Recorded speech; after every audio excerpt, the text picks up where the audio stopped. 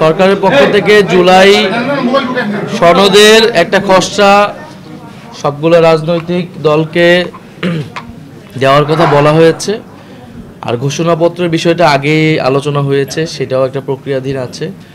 সনদের বিষয়ে গতকালকেও আমরা বক্তব্যে বলেছি, আমরা বলেছি মৌলিক সংস্কারের রূপরেখাটা সনদের মধ্যে থাকতে হবে। তো এর মধ্যে ম্যাক্সিমাম বিষয়ই ঐক্যমত হয়েছে এবং সেটার জন্য আমরা সকল রাজনৈতিক দল এবং ঐক্যমত কমিশনকে ধন্যবাদ জ্ঞাপনও করেছি যে সবাই যার যার অবস্থান থেকে সরে এসে জাতীয় স্বার্থে ঐক্যমত পোষণ করেছেন। কিন্তু এখন মধ্যে অত্যন্ত গুরুত্বপূর্ণ একটি বিষয় হচ্ছে উচ্চকক্ষ, যেটি প্রথম থেকে আলোচনায় ছিল, বিএনপি সহ বিভিন্ন দলের প্রস্তাবনাতেও ছিল।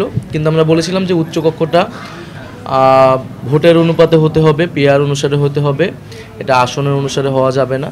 ফলে এই উচ্চকক্ষ আমাদের ক্ষমতার ভারসাম্য এবং জবাবদিহিতার জন্য অত্যন্ত গুরুত্বপূর্ণ। সে বিষয়ে এখনও ঐক্যমত আসেনি।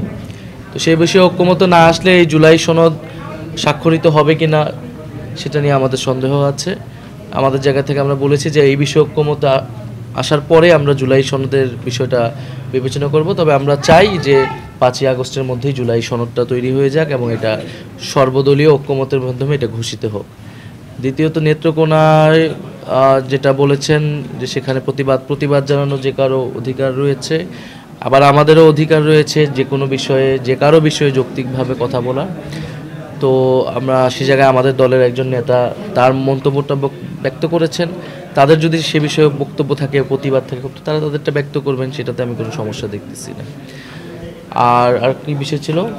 বর্তমান উপদেষ্টা মণ্ডলীতে অনেকে আছেন যারা অযোগ্য মনে করা হয়।